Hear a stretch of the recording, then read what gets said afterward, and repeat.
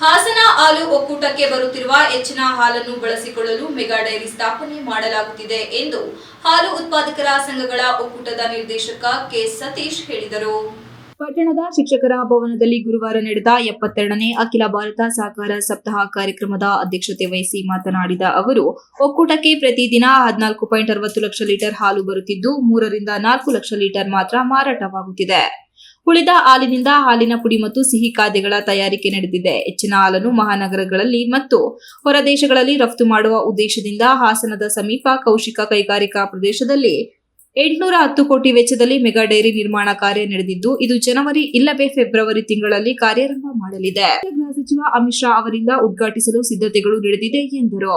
ನಾಬಾರ್ಡ್ ಜಿಲ್ಲಾ ವ್ಯವಸ್ಥಾಪಕಿ ರೇಣುಕಾ ಶಿವಕುಮಾರ್ ಕೇಂದ್ರ ಸರ್ಕಾರದ ಹಲವು ಯೋಜನೆಗಳ ಕುರಿತು ಮಾಹಿತಿ ನೀಡಿದರು. ಸಿದ್ದಾಪುರ ಗೇಟ್ ಸರ್ಕಾರಿ ಪದವಿ ಪೂರ್ವ ಕಾಲೇಜಿನ ಪ್ರಾಂಶುಪಾಲರಾದ ಟಿ ಪದ್ಮಾ ಸಹಕಾರ ಸಪ್ತಾಹ ಮಹತ್ವ ಕುರಿತು ಮಾತನಾಡಿದ ಅವರು, ಸಹಕಾರಿ ಕ್ಷೇತ್ರಗಳ ಬಲವರ್ಧನೆಗೆ ನಿಂತಿರುವುದು ಯಾರೆಂದರೆ ರೈತರು, ಯುವಕರು, ಮಹಿಳೆಯರು. ಈ ಮೂವರು ಸಹಕಾರಿ ಕ್ಷೇತ್ರಗಳಲ್ಲಿ ತಮ್ಮದೇ ಆದ ಕೊಡುಗೆಗಳನ್ನು ನೀಡುತ್ತಿರುವುದು ಸ್ವಾಗತಾರ್ಹ.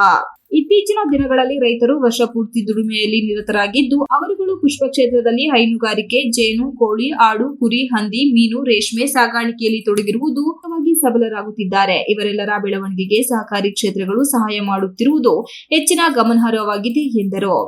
ತಾಲೂಕಿನಲ್ಲಿ ಉತ್ತಮವಾಗಿ ಕಾರ್ಯನಿರ್ವಹಿಸುತ್ತಿರುವ ಸಹಕಾರ ಸಂಘಗಳ ಅಧ್ಯಕ್ಷರು, ಕಾರ್ಯದರ್ಶಿಗಳು ಹಾಗೂ ಹಿರಿಯ ಸಹಕಾರಿಗಳನ್ನು ಗೌರವಿಸಲಾಯಿತು.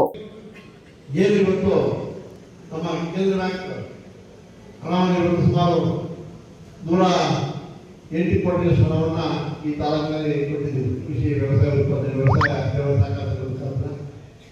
ಹಿಂದೆ 2-3 ಬಾರಿ ಮುಖ್ಯಮಂತ್ರಿ ಆಗಿದ್ದಾಗ ಸಾಲ ಮನ್ನಾ ಆದಾಗ ಈ ತಾಲೂಕಿಗೆ ಸುಮಾರು 52 ಕೋಟಿಯಷ್ಟು ಸಾಲ ಮನ್ನಾ ಆಗಿತ್ತು. ನೆಕ್ಸ್ಟ್ ಒಂದು ಮುಖ್ಯಮಂತ್ರಿಗಳು ಮಾಡಿದಾಗ ಕೂಡ ಸಾಲ ಮನ್ನಾ ಆಗಿತ್ತು. ಇವೆಲ್ಲ ಯಾಕೆ ಮಾಡ್ತಾ ಇದೀವಿ ಅಂತಂದ್ರೆ, ಇವತ್ತು ಸಹಕಾರ ಇದ್ರೆ ರೈತರ ಒಂದು ಏರಿಕೆ ಆಗುತ್ತೆ ಅಂತ ಅಂದ್ಬಿಟ್ಟು ಎಲ್ಲರೂ ಮನೆ ನೀಡಿದ್ದೀವಿ. ಆದರೆ ನಮ್ಮ ಮಾತನಾಡಿದ್ರೆ ಸಹಕಾರ ಇನ್ನೂ ಕಡಿಮೆ ತಪ್ಪಾಗಲ್ಲ. ಕಾರ್ಯಕ್ರಮದಲ್ಲಿ ಹೇಮಾವತಿ ಸಹಕಾರ ಸಕ್ಕರೆ ಕಾರ್ಖಾನೆ ನಿರ್ದೇಶಕ ಮುತ್ತಿಗೆ ರಾಜೇಶ್, ಕಾವೇರಿ ನೀರಾವರಿ ಮಹಾಮಂಡಳದ ಅಧ್ಯಕ್ಷ ಎಸ್ಜಿ ಚೌಡೇಗೌಡ, ಜಿಲ್ಲಾ ಸಹಕಾರ ಒಕ್ಕೂಟದ ಉಪಾಧ್ಯಕ್ಷ ಡಿಪಿ ಸೋಮೇಗೌಡ, ನಿರ್ದೇಶಕರಾದ A N Rajanna, Puttaswamygowda, Nagaraj, K R Praveen, Somanna, G H Siddesh, H C Girish, K N Padmaraj, H J Ganesh ಉಪಸ್ಥಿತರಿದ್ದರು. Virupaksha, TV 46 news Kannada, Arakalagudu. You are watching TV 46 News Kannada.